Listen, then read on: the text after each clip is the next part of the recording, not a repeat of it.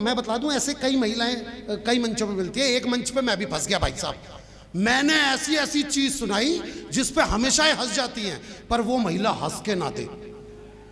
मैंने चुटकुला सुनाया, छंद सुनाया, मुक्तक सुनाया, कविता सुनाई, पर वो महिला हंस के ना दे। मैं नीचे उतरा, उनके पैरों में पड़ गया। मैं कहा बहन जी दिक्कत क्या है, आप ताली क्यों नहीं बजा रही? बोली तेरी शकल मेरी सास से मिलती है।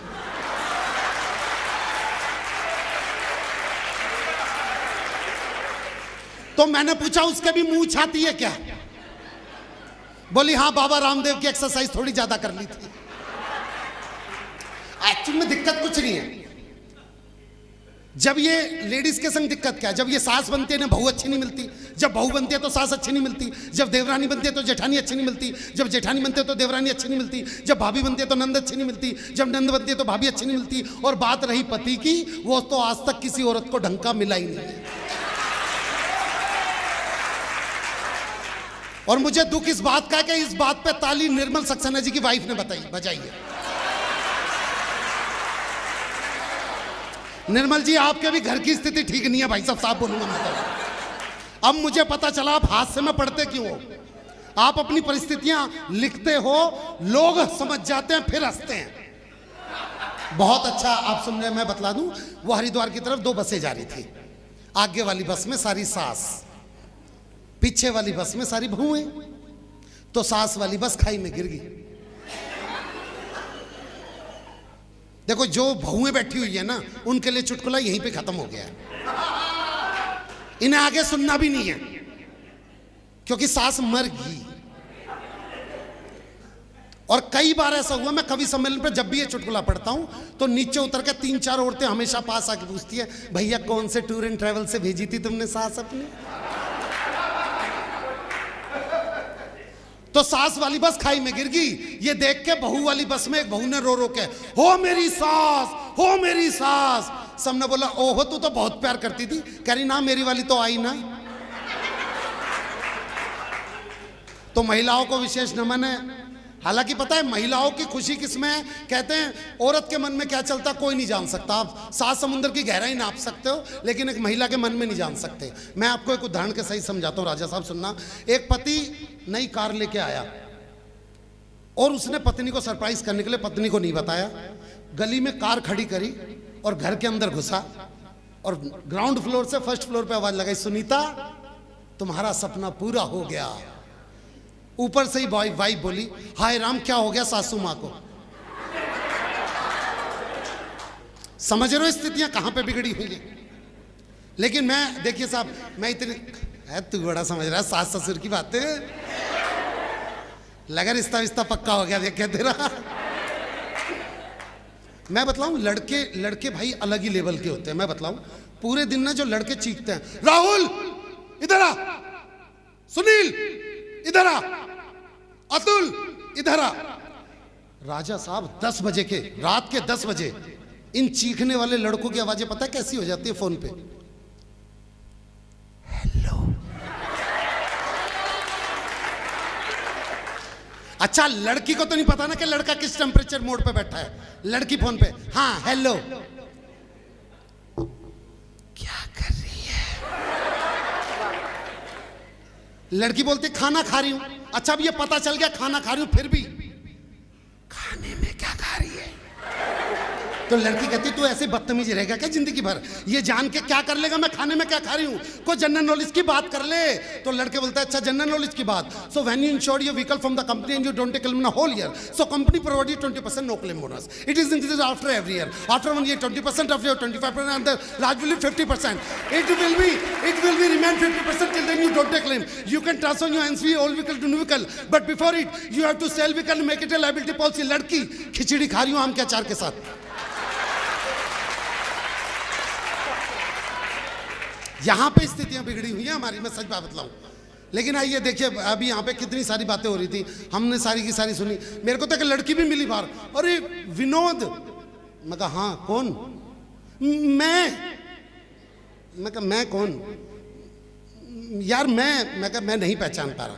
फिर उसने अपना इंस्टाग्राम खोला, 4-5 फिल्टर लगाए, अपनी फोटो खींची और मुझे बता रहे शिल्पा तू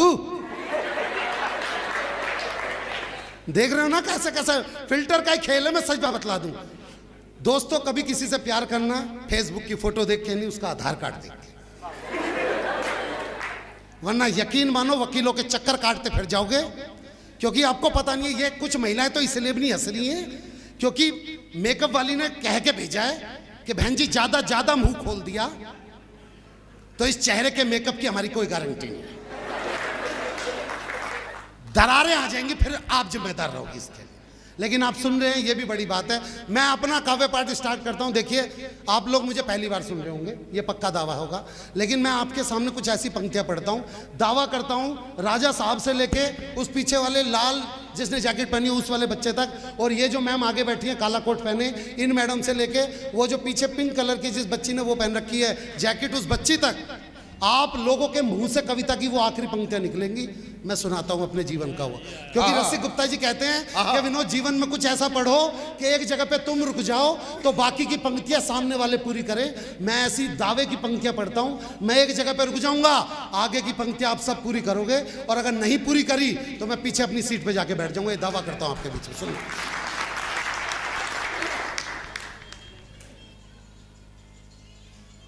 नहीं यही चला लो, फिर कर लो अपने सारे शौक कर लो पूरे।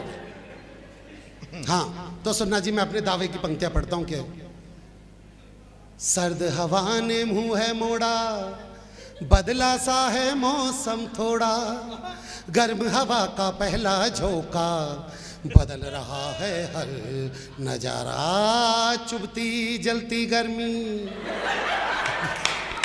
चुभती जलती गर्मी का मौसम आया, चुभती जलती घमौड़ियां लाया, आया मौसम ठंडे ठंडे।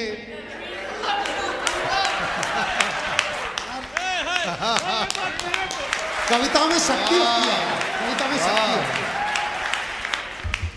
मोहन भाई समझ गए ठंड लग रही है, तुरंत लेके पहुंच गए उड़ाने। नहीं, ये देख लो, इस देश में ना मेहनत करने वाले की कोई कदर नहीं है। मेहनत मैं कर रहा हूँ, फोटो देख लो कहाँ पे हो रही है, आप खुद ही देख लो। यही पंक्तियां एक बार और पढ़ दो, मंजूषा क्या साल लेके आ रही है। नहीं, मैं बतला दूं, इन फोटोग्राफरों ने हमेशा से हमारी कदर नहीं करी है, मैं सच बात बतला दूं। और लड़कों की तो खासकर, लड़के कभी भी पासपोर्ट फोटो साइज खिंचवाने जाते हो, सीधा बैठाएंगे फोटो खींच देंगे, पर लड़की और महिलाएं पासपोर्ट साइज फोटो खिंचवाने चली जाएं, एक बार महिलाओं को यूं टच करने जरूर आएंगे ये लोग। मैं सच कह रहा हूं, दूल्हे की फोटो एक बार में दुल्हन की,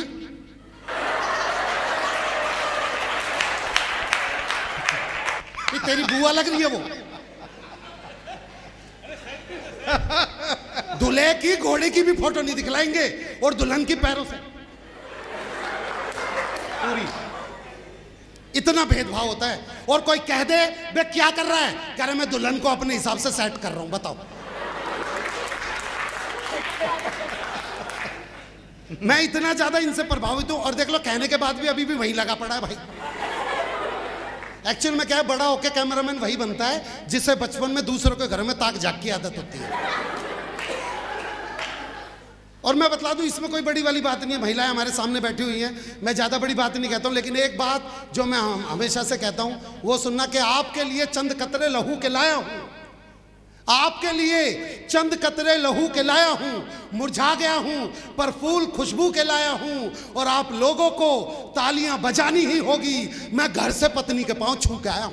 वाह वाह वाह वाह वाह वाह वाह। और सुनना, इसमें कोई बड़ी वाली बात नहीं है, जो मैंने कह दिया ऐसी वाली कोई बात नहीं है। वो एक दादी बैठी हुई थी धूप में, इतने में पोता आया, कर दादी एक बार टैं बोल दे। दादी ने टैं बोल दी, करा हो गई तेरी बल्ले बल्ले हो जाएगी। दादी की समझ में नहीं, इतने में दूसरा पोता आया, करा दादी एक बार टैं बोल दे। दादी ने बोल दे ले बेट टैं, करा हो गई। तो अब दादी ने हाथ पकड़ लिया, कह रहे क्या चक्कर है, ये टैं क्यों बुलवा रहा और बल्ले बल्ले का गाना क्यों गा रहा है। बोला अंदर मम्मी अपनी सहेलियों से कह रही थी। कह रहे क्या कह रही थी, एक बार बस इसकी दादी टैं बोल जाए फिर तो हो गई तेरी बल्ले बल्ले, और हो जाएगी बल्ले बल्ले। आप समझ नहीं रहे हो मैं जहां पे ले जाऊं। लेकिन अभी भाई साहब कह रहे थे, देखो देश में ना संघर्ष सब कर रहे हैं। एक लड़का है राहुल गांधी, यात्रा जोड़ने में लगा हुआ है। लड़का, हाँ लड़का भाई साहब, अब कुंवारा है तो लड़का बोलूंगा मैं उसे। अब देखो गलत है कुंवारे वो, तो मोदी भी है। वो गलत ट्रैक पे चल रहा है भाई साहब। इस वक्त उसे घर जोड़ना चाहिए, वो देश छोड़ने चला पड़ा है। अब उसमें दिक्कत क्या चल रही है मैं बतला दूं। आजकल वो जगह जगह की यात्रा पे जाता है। वो साउथ इंडिया के एक साउथ इंडिया की यात्रा पे जा रहा था, तो एक ऐसी रैली के बीच में स्टेज पे चढ़ना था उसे। तो राहुल गांधी चल के आ रहा था, इतने बूढ़ी औरत खड़ी हुई और राहुल गांधी के सर पे हाथ रख के बोली, येंडू वरा किन्ने तुम्बा। तो उत्साहित तो रहता ही है। स्टेज पे आके बोला, बस अब की बार कांग्रेस को आने से कोई नहीं रोक सकता, मुझे इस माता जी ने आशीर्वाद दिया है, येंडू वरे किन्ने तुम्बा। तो नीचे से कोई बोला, भैया ये अपनी भाषा में कह रही है, बेटा तुमसे नहीं हो पाएगा। देख रहे हो कैसी कैसी परिस्थितियों में जी रहा है वो लड़का। लेकिन मेरे को पता है आज इस मंच पे अभी हमें मंजुल दा तक जाना है। मैं अपनी एक कविता से आपको जोड़ना चाहता हूँ, लेकिन उससे पहले मैं बता देता हूँ कि दिल्ली की राजनीति आप समझते हो मैं कहाँ से आया हूँ। वैसे हमारे यहाँ पे सीएम कौन है? लोग दिक्कतों को दूर करने के लिए सीएम बनाते हैं, हमने दिक्कत को ही सीएम बना रखा है। वाह क्या बात है। मैं सच बतला रहा हूं उसका। तो एक दिल्ली की लड़की ने दूसरी लड़की से पूछा कि तू जिस लड़के से प्यार करती थी तूने छोड़ क्यों दिया?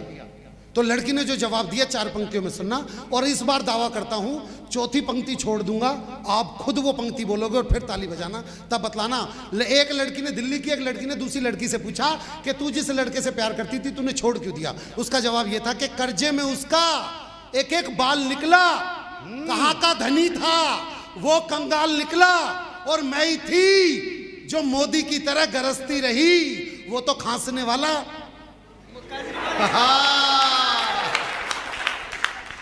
मेरी कुछ बच्चियां, बस बेटा एक बात जान लेना, इस वक्त देश में क्या चल रहा है तुम्हें सब पता है। बस 4 पंक्तियां तुम्हारे नाम की देता हूं मेरी बच्चियों, ये पंक्तियां याद रखना कि कहीं ना कहीं गलत ना चले जाएं। ये 4 पंक्तियां, इस वक्त देश में बड़ा मुद्दा चल रहा है, 35 टुकड़े मिले हमारी एक गुड़िया के, तब मैं तुम्हारे को 4 पंक्तियां देता हूं मेरी बच्चियों। ये कुछ लेके जाना इस मंच से, हर कवि ये चाहता है कि कुछ दे के जाए, बस ये 4 पंक्तियां लेके चली जाना कि सुंदर सपन सलोने सज चुनना, बुरे ख्वाब को मत चुनना। कि सुंदर सपन सलोने चुनना, बुरे ख्वाब को मत चुनना, और खो दे जो पहचान तुम्हारी उस नकाब को मत चुनना। और मेरी बच्चियों, मेरी इन पंक्तियों को गांठ बांध के रख लेना, सूर्य रवि दिनकर को चुनना, आफताब को मत चुनना। सूर्य रवि दिनकर को चुनना, आफताब को मत चुनना। क्या बात है। और ये जिन लोगों को देश निकाला दे रखा, भाई साहब अंदर आ जाओ, क्या दिक्कत होगी? अंदर आ जाओ यहाँ पे। अच्छा आप लोग ही हो जिसकी वजह से बाहर नहीं आ रहे, ठीक है, फिर खड़े रहो वहीं पे, एक से एक हाथ जोड़ के यूं पकड़ के खड़े हो जाओ बस। अब सुन लो भाई साहब, एक कविता आपके बीच में रखता हूं, बस फिर मैं भी अपनी जगह पे लूंगा कि मैं ना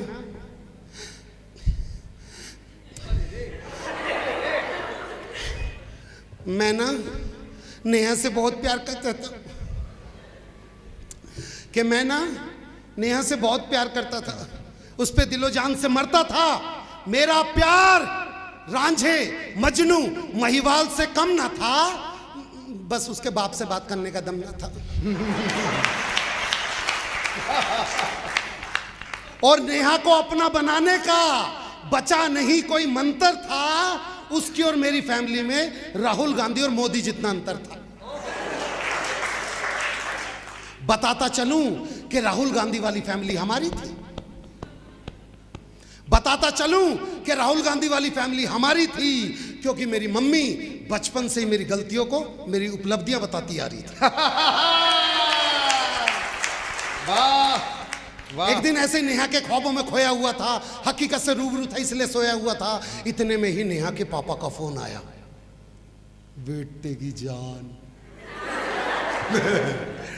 इतने में नेहा के पापा का फोन आया, मैं घबराया पर मैंने फोन उठाया। फोन उठाते ही बोले, सुन नेहा की शादी के बारे में कुछ जरूरी बातें करनी है, जल्दी से घर आ जा। मेरे मन में हुआ पूछ लूं ऐसे ही आऊं या लेके आऊं बैंड बाजा। मैं घर पहुंचते ही बाबूजी के पैर छू के बोला, बताइए बाबूजी, आपका आदेश मेरे लिए अध्यादेश जैसा है। घर में एक लड़का और बैठा था, उसे दिखा के बोले, बताइए नेहा के लिए कैसा है। मैं फड़फड़ाया, फिर जोर से चिल्लाया, अरे नेहा मेरी जिंदा, मेरी जान है, मेरे दिल का अरमान है, मेरी भूख है, मेरी प्यास है, मेरी जिंदगी की आस है, करीना है, कैटरीना है, मैं गदर का सन्नी दूं, वो मेरी सकीना है, माना आपकी मुनिया है, मेरी तो पूरी दुनिया है। वाह वाह वाह वाह। नहीं नहीं नहीं, ताली मत बजाओ, ताली मत बजाओ। ये जो परत दर परत में खोल रहा था, ये सारी बातें मैं मन ही मन में बोल रहा था। नेहा के बाप ने मेरे जीवन में जहर की पुड़िया डाल दी, रही सही कसर उस लड़के ने निकाल दी। मुझसे पूछा, आप नेहा के भाई हूं? मैं बोला मैंने बोला बाबूजी आई थिंक आपको इस बारे में नेहा से बात कर लेनी चाहिए। वो बोले बेटा नेहा नहीं तो बोला कि इस लड़के से मेरा रिश्ता कराइए। मैंने कुछ भी नहीं सोचा, जल्दी से नेहा के कमरे में पहुंचा और बोला आज खुश तो बहुत होगी तो। बोली यार शादी है मेरी, क्या मैं रहूं गुमसुम? मैं बोला मेरे प्यार का दे अच्छा अंजाम रही हो, नहीं मेरे भाव में क्या पोलियो का था जो उसकी बाई थाम रही हो। बोली यार देखो तुम भी अपनी गृहस्थी बसाओ, थोड़ी सी दिक्कत होगी पर मुझे भूल जाओ। मैं कहा भूल जाऊं? मैं कोई भाजपा का कार्यकर्ता नहीं जो तुझे नोटबंदी समझ के भूल जाऊंगा। मैं कोई भाजपा का कार्यकर्ता नहीं हूं जो तुझे नोटबंदी समझ के भूल जाऊंगा। मैं तेरे जीवन में राम मंदिर मुद्दा हूं, हर बार उठ के आऊंगा।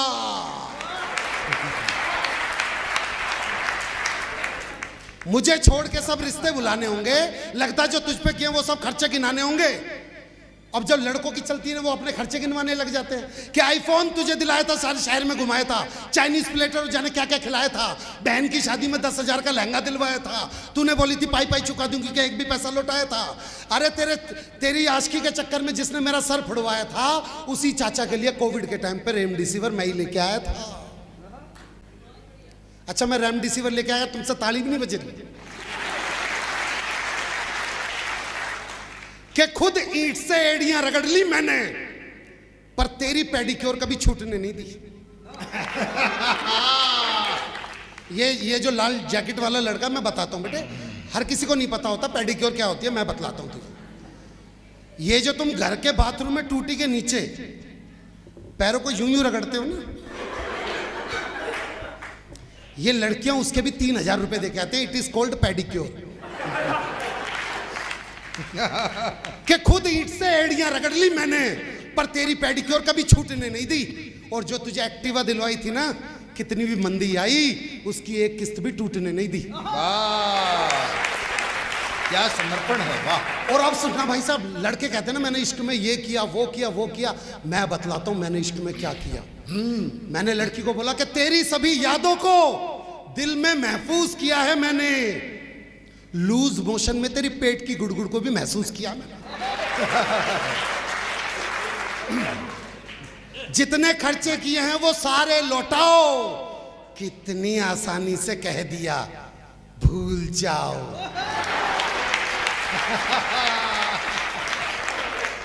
कि मैं तेरी बेवफाई को तेरे दिल पे लिखे मेरे नाम को धोने नहीं दूंगा। अब जिसने धड़कन फिल्म देख रखी होगी मेरे साथ पूरा डायलॉग बोलेगा कि मैं तेरी बेवफाई को तेरे दिल पे लिखे मेरे नाम को धोने नहीं दूंगा, और मैं तुझे भूल जाऊं ये हो नहीं सकता, और तू मुझे भूल जाए ये मैं। बस यही गलती होगी मेरी चिल्लाने में। उसके बाप और भाई ने 1 मिनट लगाया ऊपर आने में। बाप बोला मैं तुझे 5 लाख रुपए देता हूं, क्या तू मेरी बेटी के जीवन से निकल सकता है? अब जिसने घातक फिल्म देखी होगी मेरे साथ सन्नी देओल का डायलॉग बोलेगा। लड़की का बाप बोला मैं तुझे 5 लाख रुपए देता हूं, क्या तू मेरी बेटी के जीवन से निकल सकता है? मैं बोला ये मजदूर का हाथ है, कातिया लोहे को पिघलाकर उसका आकार बदल सकता है। बस फिर क्या था, मारने लगे। अच्छा मैं पिट रहा हूं, इन्हें मजा आ रहा है देखने। बस फिर क्या था, मारने लगे। मारते जा रहे थे, इस बात का गम नहीं है, साले मारने में बाहुबली 2 की तकनीक लगा रहे थे। कि बाहुबली 2 की तकनीक में लगा रहे थे भेजा राजकुमारी नादवे मणिबंधम बहिर्मुखम तेजा।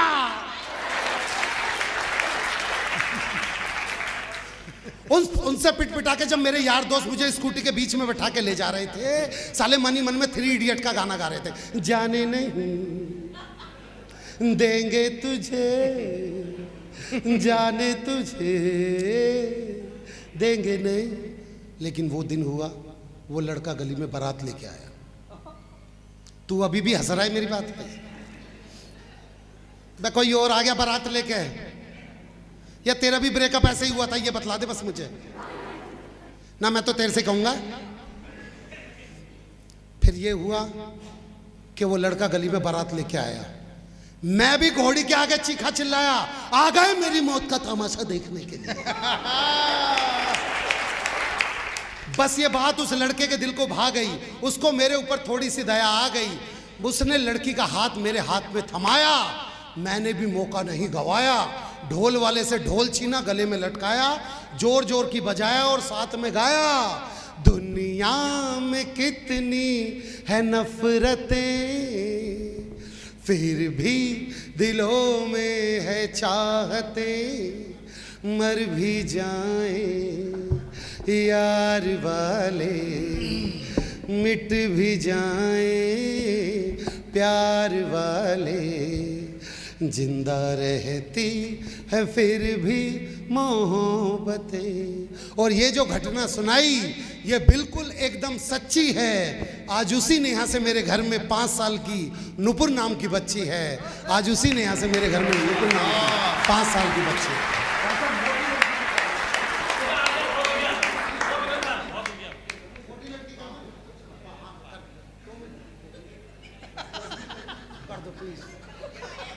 भाई एक चीज और सुना दूं प्लीज, अगर आप परमिशन दें, प्लीज प्लीज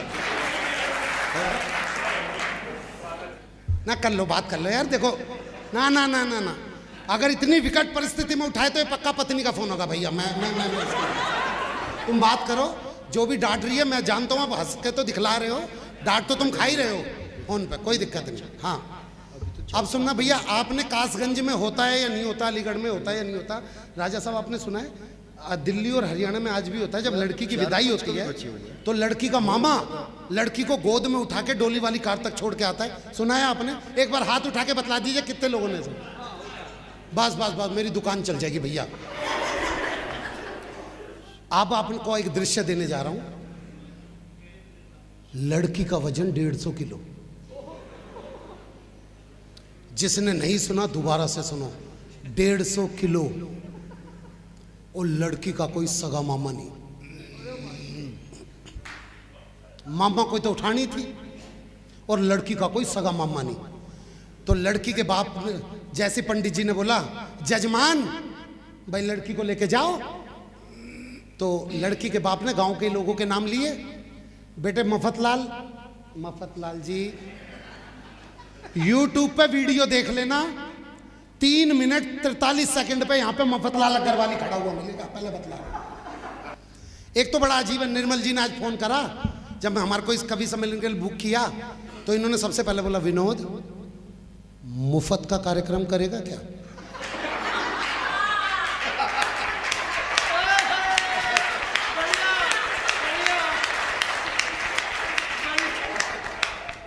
और हमारा कलेजा देखो, हमने हाँ भी कर दी। मंजू दीदी अपने घर से रोटियां बना के लाई है खाने के लिए, बताओ। तो अब यहां से मैं दृश्य दे रहा हूं, लड़की का वजन 150 किलो, लड़की का कोई सगा मामा नहीं। बाबूजी ऐसा चेहरा मत बनाओ, आपको नहीं उठानी वो, आप हंस लो थोड़ा सा।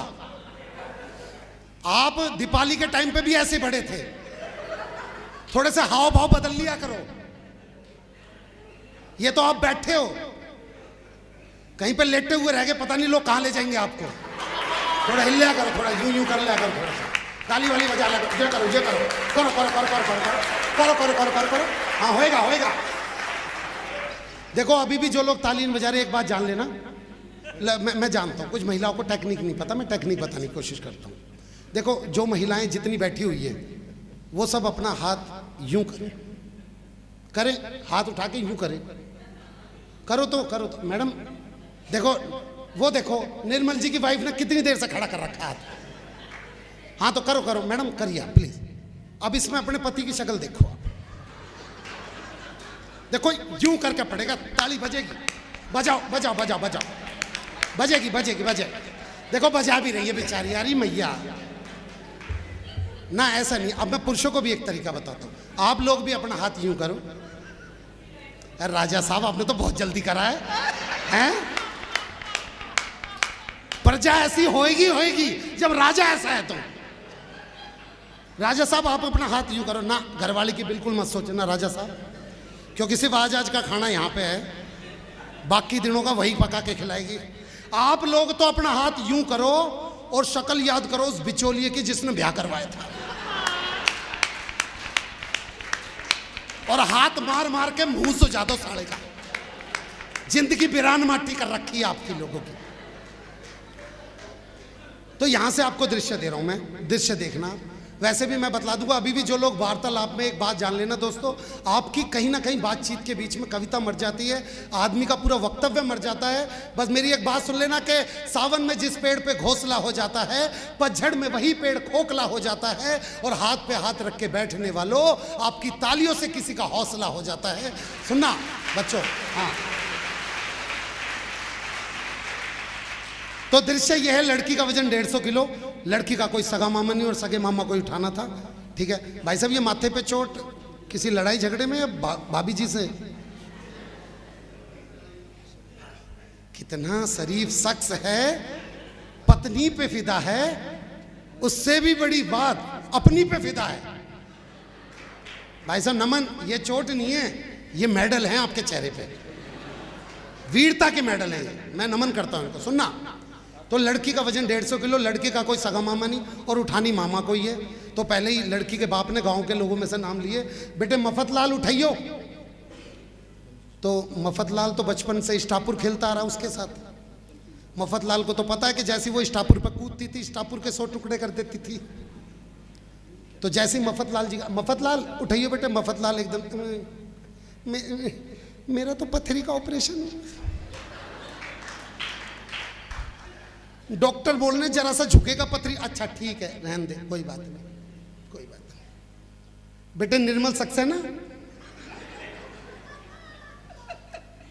भाभी जी आपके पति, मैं इनके बारे में बताना चाहता हूं, वो 150 किलो वजन से इतने घबरा गए, वो यही भूल गए मैं आदमी हूं या औरत हूं। क्योंकि जैसे ही बोला बेटे निर्मल उठा दियो, तो निर्मल एकदम मेरा तो 7वां महीना चल रहा है, तेरा अच्छा।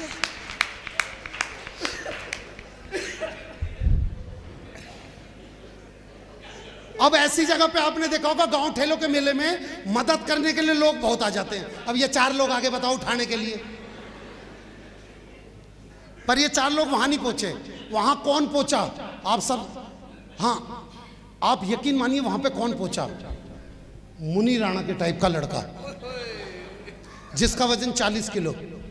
वो पीछे से सबसे बोलता आ रहा है शादी में, बाबूजी मेरे लायक कोई काम हो तो बताना है, नहीं मेरे लायक कोई है, कैसा भी काम होता है। बेचारा पूछता पूछता लड़की के बाप तक आ गया, बाबूजी मेरे लायक कोई काम हो तो बताना। अब काम तो उसका अंदर इंतजार कर रहा था। बोला जा छुटकी को लेके जा। अब उसने छुटकी देखी, कहा अंकल जी यहाँ पे।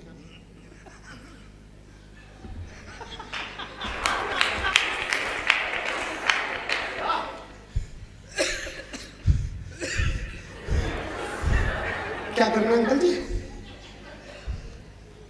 उठाना है इसको। अंकल जी इसे उठाने में तो मैं उठ जाऊंगा, और छुटकी ना ये तो मुटकी है, ये ना उठा मुझसे। पर बच्चे वहीं पे इसी कॉलेज के 3-4, ये जो पिंक कलर में जो बच्ची बैठी है ना, ये आगे, इस बच्ची ने एक गीत गाया सुल्तान फिल्म का कि अंकल जी के अंदर कॉन्फिडेंस नहीं आ रहा उठाने का, तो इस बच्ची ने मिलके सुल्तान फिल्म का गाना गाया उसका कॉन्फिडेंस बढ़ाने के लिए। खून में तेरे मिट्टी,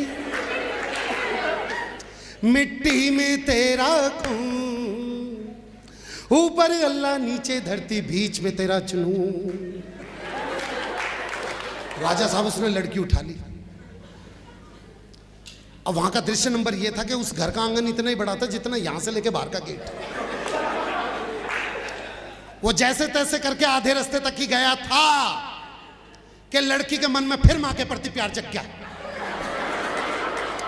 वो उसकी वहां से उतर के मां के पास भाग के आ गई। लड़की का बाबा लजा लेके कर ले क्या मतलब, यहां आधे रास्ते तक तो ले आया था, बस यहीं पे लियो ज्यादा दुनिया। कह रहा जा दोबारा उठा।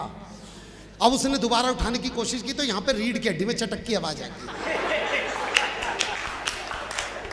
अब ये जो पिंक कलर की बच्ची है उधर वो जो भगवा कलर की जैकेट पहनी है, अब इस बच्ची ने गाना गाया और गाना, हाँ उधर देख ले तू पहले, हमारी मेहनत की तो कोई कदर ही ना है तुझे। ये मनी मन, ये कौन सी आ गई भगवा जैकेट। तो इस बच्ची ने अब की बार गाना गाया मेरी जंग फिल्म का। उसने जैसी लड़की को उठाया, इस बच्ची ने गाना गाया जीत जाएंगे हम। अब जिसने उठा रखी थी उसकी आवाज,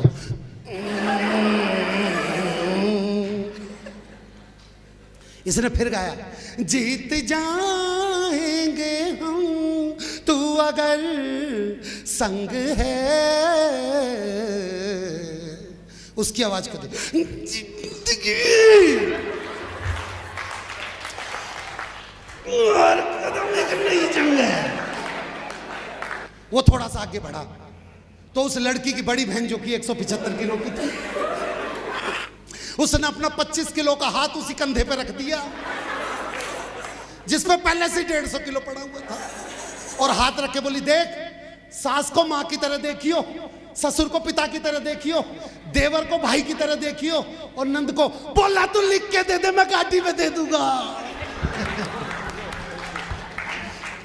थोड़ा सा आगे बढ़ा तो लड़की का बाप रो रहा हो मेरी फूल सी बच्ची। अच्छा फूल सुन के तो उसका खून सूख गया। कह रहा कौन सी बच्ची? कह रहा फूल सी। कह रहा साले तेरे इस फूल ने ना शमशान घाट में मेरे फूल चुनने वाले काम कर रखे। लाड़ लाड़ में के खिला दो। आगे बढ़ा तो राजा साहब जिसने उठा रखी थी उसकी पत्नी और उसका लड़का वहीं पे खड़े, और पत्नी खड़ी खड़ी करी आज ना बचे ये गए।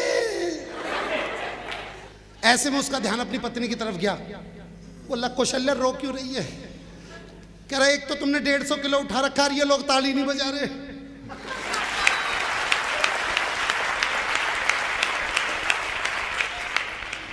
बोला सच सच बता क्यों रो रही है?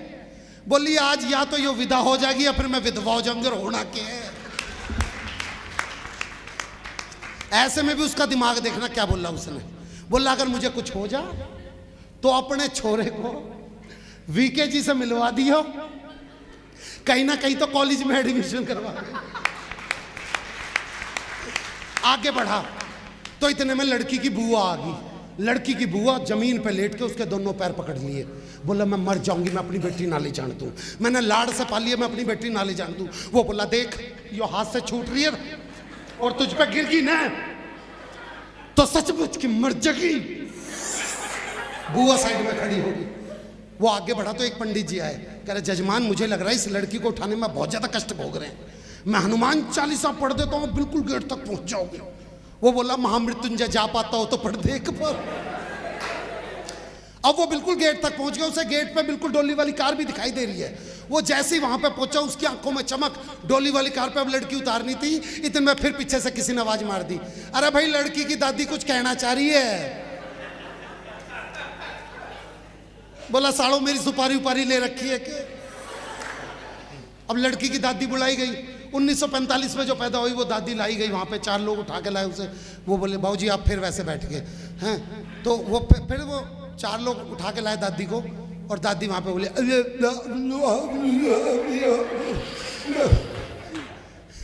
भैया क्या कह रही है? भैया बुजुर्ग औरत है सांस फूल रही है। करा साड़ो किसी की सांस उखड़ भी तो रही है। अब दादी ने रोना स्टार्ट किया। 1945 में जो पैदा होती थी वो एक लाइन बोल के लड़की विदा करवा देती थी, हो मेरी चिड़िया उड़ गई रे, हो मेरी चिड़िया। बोला किसी के तोते भी तो उड़ा रही है।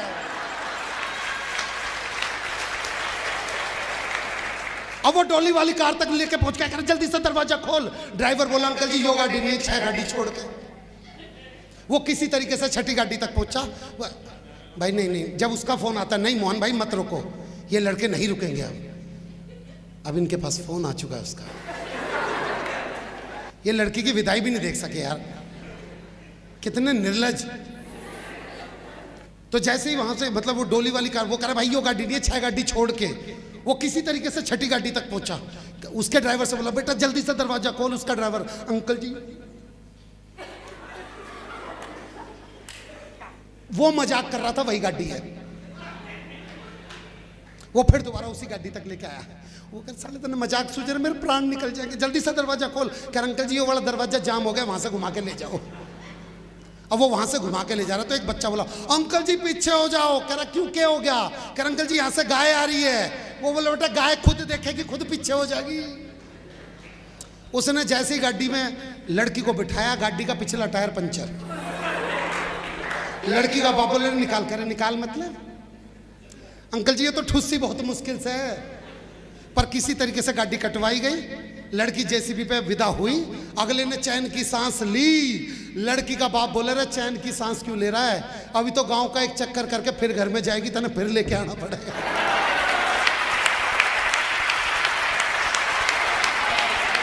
आपके लिए चंद कतरे लहू के लाया हूं। मैं जानता हूं काफी लोग काफी देर से बैठे हुए हैं। मैं आपके अंदर ऊर्जा लाने का थोड़ा सा काम करता हूं, आप लोग बस थोड़ा सा मन दे दीजिएगा मुझे। कि आपके लिए चंद कतरे लहू के लाया हूं। मुरझा गया हूं पर फूल खुशबू के लाया हूं, और आप लोगों को तालियां बजानी ही होगी। मैं घर से पत्नी के पांव छू के आया हूं। और ये उन्हीं लोगों ने ताली बजाई है जो मेरी तरह है। बहुत अच्छा सुन रहे हैं साहब। मैं तो जानता हूं इस पावन मंच पर जय किशन बंसल जी को मैं नमन करना चाहूंगा। राजस्थान में गांव पड़ता है लकोई। लकोई में वैसे तो ना जाने कितने कुएं हैं, लेकिन एक कुआं ऐसा भी है जिसमें झुक के नाम लेने पे कुआं जवाब देता है भाई साहब। तो ये देख लेकर मैं और हंसराज लल्लन जी उस कुएं के पास गए। मैंने झुक के नाम लिया विनोद पाल, तो मेरा नाम आया विनोद पाल। हंसराज जी का नाम लिया हंसराज लल्लन जी, तो कुएं में सवाज हंसराज लल्लन जी। हंसराज जी ने बोला भाई मैं जय किशन बंसल जी का नाम लेना चाहता हूं। मैं कहा जी लो। तो इन्होंने झुक के नाम लिया जय किशन बंसल जी। तो भाई साहब कुएं में से कोई आवाज नहीं आई। मुझे टेंशन हो गई। मैंने दोबारा नाम लिया, मगर रोहिणी से जो आते हैं वो जय किशन बंसल जी। तो फिर कुएं में से कोई नहीं। बगल में एक बाबा थे, मैंने बाबा से पूछा बाबा कोई गलती होगी तो बताइए। हम दोनों ने अपना नाम लिया तो कुएं में से आवाज आई। जब मैंने जय किशन बंसल जी का नाम लिया तो कुएं में से आवाज क्यों नहीं आई? तो बाबा बोले बेटे दुनिया में विनोद पाल का जवाब हो सकता है, हंसराज लल्लन जी का जवाब हो सकता है, पर जय किशन बंसल जी का कोई जवाब नहीं है। वो लाजवाब व्यक्ति है। इतना भव्य आयोजन इन्होंने करवाया। मैं तो बतला दूं भाई साहब, हाँ ये हमारे बीच में बैठे हुए हैं, और मैं बतला दूं भाई साहब आप सबको मेरा रोहिणी में आज ये दूसरा प्रोग्राम है। क्योंकि कल मैं रोहिणी में यहां के सेक्टर 11 के थाने में कविता सुनाने आया था। और जो किसी की नहीं सुनते उन्होंने मुझे 1 घंटे सुना। बहुत अच्छे। और ताली तो अब आप इस बात पे बजाना, इसके बाद उन्होंने मुझे पैसे भी दिए भाई वाह। और मुझे कल ही पता चला कि पुलिस वाले देते भी हैं। अब उन्होंने खाकी कलर के लिफाफे में भाई साहब पैसे दिए। मैं थाने से बाहर निकलने वाला ही था कि पीछे से कांस्टेबल ने मेरी गुद्दी पकड़ ली। बोले बेटे, क्योंकि मैं बाहर निकलने से पहले मैंने उस कागज को थोड़ा सा, खाकी कलर के लिफाफे को थोड़ा सा फाड़ा था, इतने में ही पीछे से किसी कांस्टेबल ने मेरी गुद्दी पकड़ ली। बोले बेटे सरकारी कागज फाड़ दिया। हंसराज जी 10,000 में बुलाया था, 1 लाख रुपए में छोड़ा। अभी भी जो लोग ताली बजा रहे हैं, मैं एक बात बतला दूं आपको कि सावन में जिस पेड़ पे घोंसला हो जाता है, पतझड़ में वही पेड़ खोखला हो जाता है। और हाथ पे हाथ रख के बैठने वालों, आपकी तालियों से किसी का हौसला हो जाता है। भाई वाह वाह वाह। बहुत अच्छा सुन रहे हैं भाई साहब। और मैं दिल से बतलाऊं भाई साहब, आपके अपनी रोहिणी की शान अनिल अग्रवंशी जी। हंसराज जी, मैं अनिल जी की इज्जत क्यों करता हूं? ये वो व्यक्तित्व होता है भाई साहब जिनकी मैं दिल से इज्जत करता हूं। क्योंकि जब ये 12वीं क्लास में थे, ये लड़कियों के स्कूल के बाहर जाते थे। जब लड़कियों की छुट्टी होती थी तो उनसे कहते थे जब तक तेरा भाई जिंदा है तुझे कोई हाथ नहीं लगा सकता। 3 साल बाद ये कॉलेज के बाहर जाके खड़े होने लग गए। कॉलेज के बाहर से लड़कियां आती थी, कॉलेज के अंदर से जब बाहर आती थी तो अनिल जी बोलते जब तक तेरा भाई जिंदा है तुझे कोई हाथ नहीं लगा सकता। फिर अनिल जी की शादी हुई। ये हनीमून पे इन्होंने घूंघट उठाया और आदत से मजबूर, जब तक तेरा भाई जिंदा है तुझे कोई हाथ नहीं लगा सकता। और भाई साहब अभी तक अपने उसी निर्णय पे निर्भर है। आपकी जोरदार तालियां मिले साहब। मैं जानता हूं बहुत अच्छे, बहुत पहले अच्छे। कभी देखिए क्या होता है, आप जब भी किसी मेले में जाते हैं, आप सब बनिया समाज के लोग हैं, सब मैं नमन करता हूं आपको, क्योंकि कविता के निमित्त हूं आया, सोचा ये भी काम करूं, कि कविता के निमित्त हूं आया, सोचा ये भी काम करूं, खाटू श्याम के सब भक्तों को बारंबार प्रणाम करूं, भाई वाह, खाटू श्याम के वाह, सब वाह, भक्तों वाह, को वाह, वाह। बारंबार प्रणाम। मैं बतला दूं भाई साहब मेरी भूमिका क्या है इस मंच पर इस वक्त। आप मेले में जाते हैं हंसराज जी, तो मेले में अंदर घुसते के संग एक साइड में मिक्की माउस होता है, जिसके अंदर हवा भर दी जाती है और वो बस यूं करके खड़ा होता है। बच्चों का बस एक ही काम होता है, उस पर जा जाके चढ़ना, उसे कुचलना और फिर नीचे सरक के आ जाना। तो मैं इस मंच का वो मिक्की माउस हूं। आपको जितना भी कुचलना है मेरे को कुचल देना। मेरी कवियों की जो श्रेष्ठ श्रेणी है आप उनको भरपूर प्यार दीजिएगा। मैं अपनी तरफ से पूरी कोशिश करूंगा। भाई साहब मैं आपको बतला दूं सीमा भारत में कैसे आई। सब लोगों को इसी बात की है कि सीमा भारत कैसे आई, सीमा भारत कैसे। सौरभ जैन भाई साहब की वजह से, क्योंकि ये ओज के कवि एक ही बात बोलते रहते हैं, अगर पाकिस्तान तू नहीं माना तो दिल्ली से लाहौर तक रोड कर देंगे। उसी रोड पे चल के आ गई वो। आप लोग अब भी ताली नहीं बजा रहे भाई साहब, मेरे को तो इस बात की चिंता हो रही है। देखिए मैं बतला दूं भाई साहब, यहां पे देखो दिक्कत क्या है। कई बार हम जो चीज कहना चाहते हैं वो आपकी समझ में नहीं आती। कई बार आप जिस बात पे ताली बजाते हो उस बात पे आज तक कभी ताली नहीं बजी होती। लेकिन राघवेंद्र जी बीच में बैठे, भाई साहब नमन करता हूं आपको, आप सबकी पावन उपस्थिति को नमन करता हूं। लेकिन एक बात कहना चाहता हूं, हालांकि घनश्याम जावेरी जी यहां से जा चुके हैं बाहर, लेकिन एक बात उस व्यक्तित्व के लिए कहना चाहता हूं। बहुत कम लोग होते हैं, मैं तो कहता हूं 100 में से 1% लोग होते हैं भाई साहब, 99% लोग वो होते हैं जो सपना देखते हैं और भूल जाते हैं। घनश्याम जी वो लोग होते हैं जो सपना देखते हैं और मंदिर तैयार करवा देते हैं। भाई वाह वाह वाह वाह। एक ऐसे व्यक्तित्व के लिए आपकी जोरदार तालियां मिलनी चाहिए भाई साहब। मैं बतला दूं वो पिछले दिनों की बात बतला रहा हूं भाई साहब। मैं हरिद्वार की तरफ 2 बसें जा रही थी। आगे वाली बस में सारी की सारी सास, पीछे वाली बस में सारी की सारी बहुएं। तो सास वाली बस खाई में गिर गई। वाह। ये देख के बहू वाली बस में एक बहू ने रो रो के, हो मेरी सास, हो मेरी सास। सबने बोला ओहो तू तो बहुत प्यार करती थी। कह रही ना मेरी वाली तो आई ना। देख रहे हो सारी बहुएं ही ताली बजा रही हैं। बहुत अच्छे। मेरे 199 मंचों का तजुर्बा है भाई साहब। जब भी मंच से नीचे उतरता हूं कम से कम 4 नई नवेली बहुएं आके पूछती हैं, भैया कौन से टूर एंड ट्रेवल से भेजी थी तुमने अपनी सास।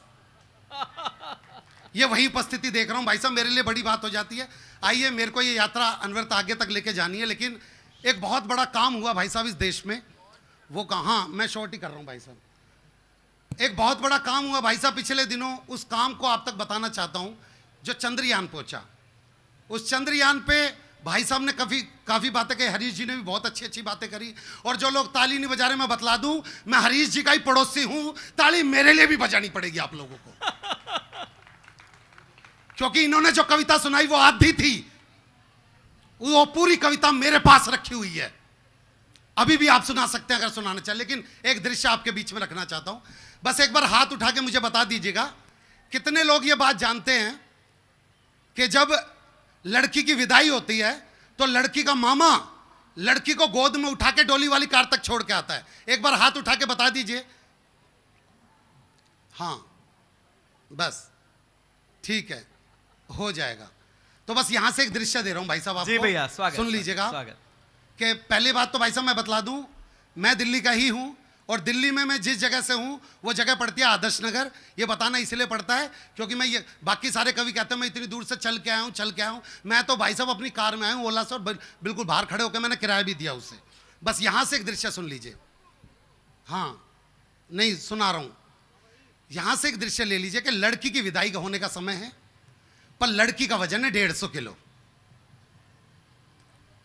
जिसने नहीं सुना वो ध्यान से सुनो, लड़की का वजन है 150 किलो और लड़की का कोई सगा मामा भी नहीं है जो लड़की को लेके जा सके।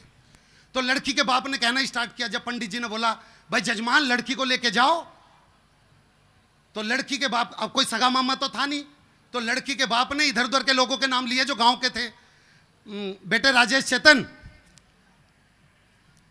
बेटे अब राजेश जी तो बचपन से उसके संग स्टापुर खेलते आ रहे हैं। राजेश जी को तो पता था ये स्टापुर पे कूदती थी, स्टापुर चकनाचूर करके रख देती थी। तो जैसे ही बोला बेटा राजेश उठाइयो, तो राजेश जी एकदम, भाई मेरा तो पथरी का ऑपरेशन हुआ है, झुकूंगा तो पथरी फट के, अच्छा ठीक है कोई बात नहीं। बेटे अनिल अग्रवंशी, बेटा आइयो। अनिल जी 150 किलो के चक्कर में ये भूल गए मैं आदमी हूं या औरत हूं। तो जैसे ही इनसे बोला बेटा अनिल उठाइयो, अनिल जी मेरा तो 7वां महीना चल रहा है, तेरा, अच्छा ठीक। अब ऐसे में भाई साहब पीछे एक 40 किलो का बंदा खड़ा हुआ था, उसे पता ही नहीं वहां पे क्या बातें चल रही है। वो सबसे कह रहा बाबूजी मेरे लायक कोई काम हो तो बताना, बाबूजी मेरे लायक कोई काम हो तो बताना। तो पीछे वालों ने बोला बेटा यहाँ पे काम नहीं है, तू आगे चला जा, आगे काम होगा। वो बेचारा पूछते पूछते बाबूजी मेरे लायक कोई काम हो तो बताना, मेरे लायक कोई काम हो तो बताना, कहते कहते लड़की के बाप तक आ गया। कह रहा बाबूजी मेरे लायक कोई काम हो तो बताना। अब काम तो उसका अंदर इंतजार कर रहा था। बोला जा छुटकी को लेके जा। अब उसने छुटकी देखी, कह रहा कहाँ अंकल जी, यहां पे।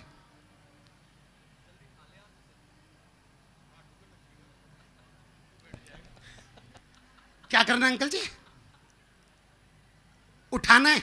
बहुत अच्छे। अंकल जी इसको उठाने में तो मैं उठ जाऊंगा, और छुटकी ना आई हो, यह तो मुटकी है। पर सबने बोला नहीं बेटे देख, अब तूने बोल दिया, अब तुझे उठानी पड़ेगी। तो उसने उठाने की छोटी सी कोशिश की, तो रीढ़ की हड्डी में से चटक की आवाज आ गई। बहुत अच्छे। पर यह बच्चा जो हाफ शर्ट में बैठा हुआ, बेटा तू, ये बच्चा निकल के आया भाई साहब। और इस बच्चे ने उसका कॉन्फिडेंस बढ़ाने के लिए सुल्तान फिल्म का गाना गाना स्टार्ट कर दिया। बोला खून में तेरे मिट्टी, मिट्टी में तेरा खून, ऊपर अल्लाह नीचे धरती बीच में तेरा जुनून। भाई साहब उसने लड़की उठा ली। पर दृश्य नंबर 3, उस घर का आंगन इतना ही बड़ा था जितना यहां से लेके बाहर की पार्किंग। वो आधे रास्ते तक ही लड़की को लेके पहुंचा था कि लड़की के मन में तभी मां के प्रति प्यार जग गया। वो उसकी गोद से उतर के मां के पास भाग के आ गई। लड़की का बाप बोला जा ले क्या कर, ले क्या मतलब, ये इस वाले गेट तक तो ले आया था। कह रहे दोबारा से उठा। उसने दोबारा उठाने की कोशिश की, नहीं उठ रही। अब की बार इस बच्चे ने गाना बदल दिया, मेरी जंग फिल्म का, जीत जाएंगे हम। अब जिसने उठा रखे उसकी आवाज,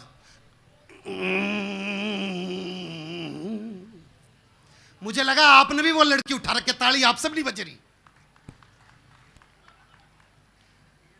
अब उसने दोबारा भाई साहब लड़की को जैसे आगे लेके बढ़ा, तो लड़की की बड़ी बहन जो कि 180 किलो की थी, उसने अपना 30 किलो का हाथ उसी कंधे पे रख दिया जिस पे पहले से 150 किलो पड़ा था, और रख के बोली देख, ससुर को पिता की तरह देखियो, सास को मां की तरह देखियो, नंद को बहन की तरह देखियो, और देवर को बोला तू लिख के दे दे, मैं गाड़ी में दे दूंगा।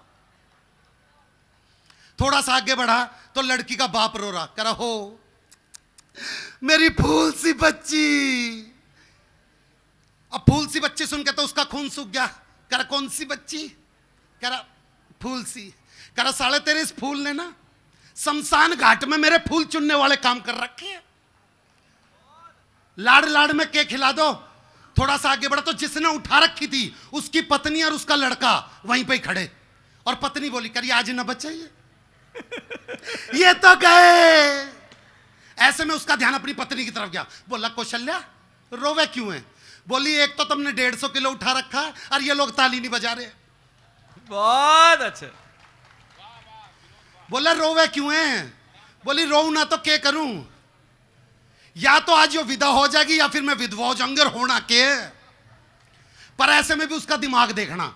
बोला अगर मुझे कुछ हो जा तो अपने छोरे को हरीश जी से मिलवा दियो, कहीं ना कहीं तो कविता लिखनी सिखा देंगे तो वो मंचों पर कतों कमा लेगा। थोड़ा सा आगे बढ़ा तो लड़की की बुआ आ गई। लड़की की बुआ जमीन पे लेट के और उसके दोनों पैर पकड़ लिए। बोली मैं मर जाऊंगी, मैं अपनी बेटी ना ले जाना तू, मैं मर जाऊंगी अपनी बेटी। बोला देखियो हाथ से छूट के तुझ पे गिर गई ना तो सचमुच की मर जाएगी। बुआ साइड में खड़ी होगी। थोड़ा सा आगे बढ़ा तो एक पंडित जी आए। बोला जजमान मुझे लग रहा है इस लड़की को उठाने में बहुत ज्यादा कष्ट भोग रहे हैं। बोला मैं हनुमान चालीसा पढ़ देता हूं, बिल्कुल गेट तक पहुंच जाएंगे। वो बोला भाई महामृत्युंजय का जा पाता हो तो पढ़ दे एक बार। अब वो बिल्कुल गेट तक पहुंच गया। उससे डोली वाली कार दिखाई दे रही है, उसकी आंखों में चमक के बस अब तो लड़की उतरने वाली है। इतने में से फिर पीछे से किसी ने आवाज लगा दी, अरे भाई लड़की की दादी लड़की को कुछ कहना चाह रही है। कह रहा भाई मेरी सुपारी उपारी ले रखी है के? अब लड़की की दादी को दो बंदे तो पकड़ के लाए, लड़की की दादी ने बोलना स्टार्ट किया, कह रहा भैया क्या कह रही है यू? कह रहा भैया बुजुर्ग हो रहा था, सांस फूल रही है। कह रहा सालो किसी की सांस उखड़ भी तो रही है। अब दादी ने रोना स्टार्ट किया। पहले की दादियां एक लाइन बोल के लड़की विदा करा देती थी, हो मेरी चिड़िया उड़ गई रे,